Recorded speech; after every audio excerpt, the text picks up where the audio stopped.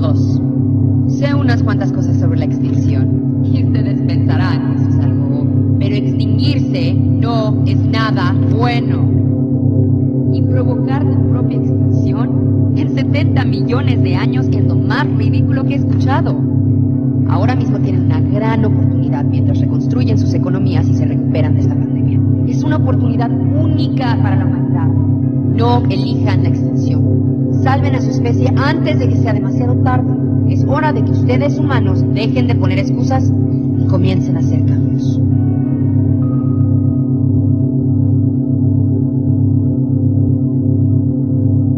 We're being asked in this country to remove gas boilers, change the way we heat and insulate our houses. Many families will have big financial hits on all of those kind of things, and there'll be things sitting there at home thinking, why should we be doing this when China, for instance, is still building more coal-fired power stations? Yeah. Why should we be leading? What would you say? Yeah, exactly. That's what everyone says.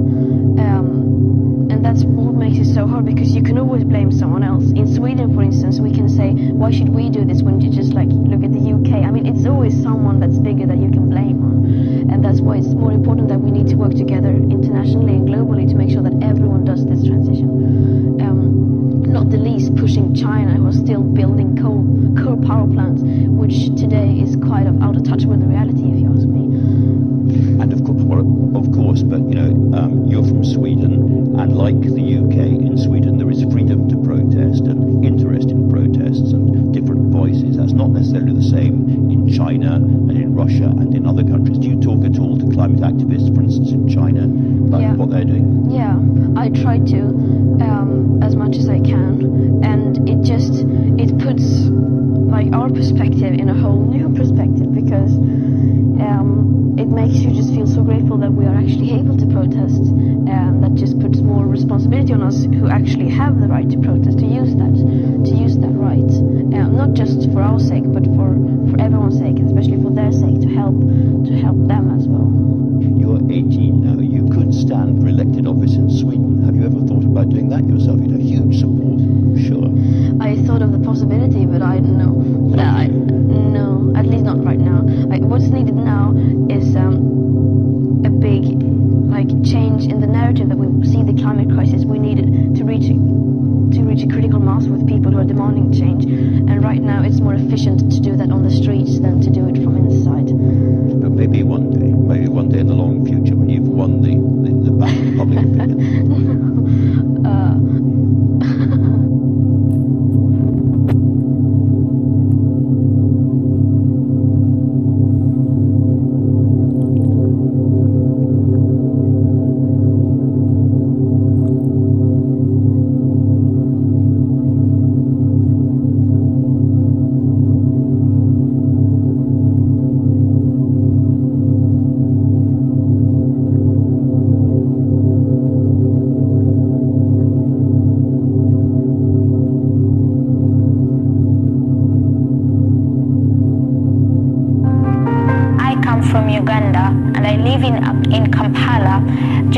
This is a country that has one of the fastest changing climates in the world. Because of the rising global temperatures, the weather patterns keep changing, and my country, Uganda, heavily depends on agriculture for survival. For many communities, especially those in the rural areas. So it means a lack of rain means hunger, starvation, and death for very many people. And extreme rainfall also means destruction. It means hunger, means starvation, and leaving many people homeless. Historically, Africa is responsible for only 3% of global emissions, and yet some Africans are already suffering some of the worst and brutal impacts of climate change. So what we really want is a future that is healthy, that is sustainable, that is clean, that is livable and equitable for all of us. What do we want? When do we want it? I was inspired to start the Rise Up movement in 2019. The moment when I felt it was really bigger than when I started, It must have been in September 2019. That is when I got an invitation to the UN Youth Climate Summit in New York at that time, and I was surprised to get that invitation, and I never really expected it. I think very many older people are not so comfortable talking about the truth of the matter. I think young people realize what's at stake. Young people see the kind of future they are walking into, and they are not afraid, to talk about the demands that they have from the leaders or from the governments. People united will never be defeated. What we really want from the older generation is for them to stand with us in this time when we are speaking up, when we are rising up and demanding for climate justice. You cannot leave this responsibility to the young people.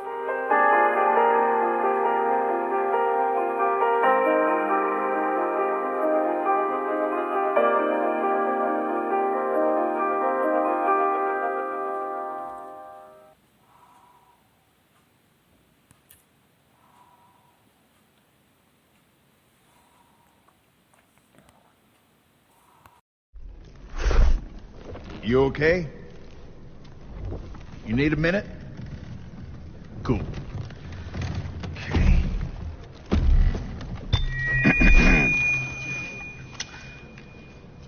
Listen up, people.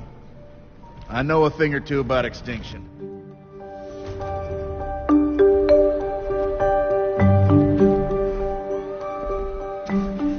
Going extinct is a bad thing.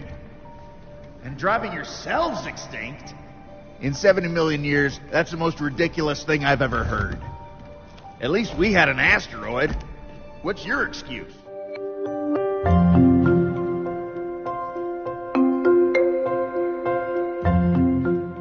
Imagine if we had spent hundreds of billions per year subsidizing giant meteors. That's what you're doing right now.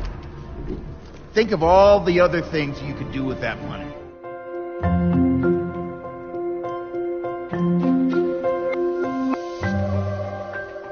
Here's my wild idea. Don't choose extinction. Save your species before it's too late. It's time for you humans to stop making excuses and start making changes.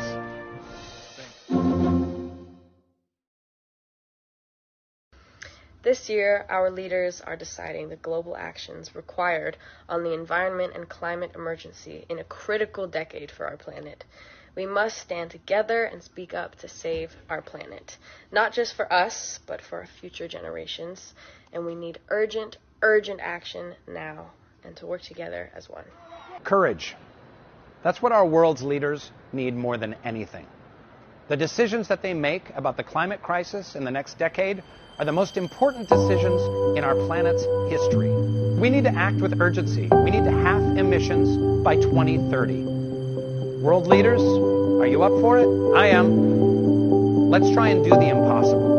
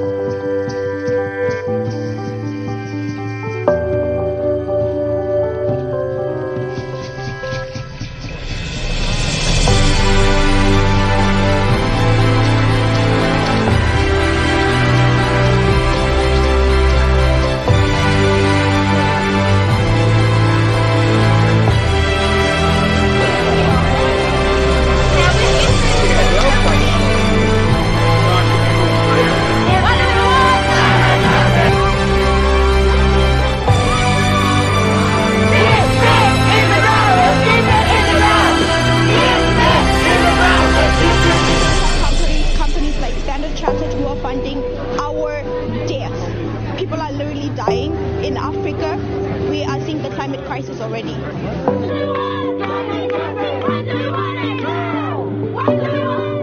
As islanders, we lie on the front lines of the climate crisis like many of us here from vulnerable communities.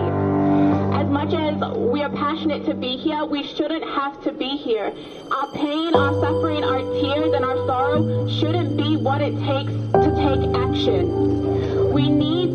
We already know what we need to do. We need to phase out of the fossil fuel era. We need to divest from these industries that are causing this harm and despair. The climate crisis that are being affected by fossil fuels.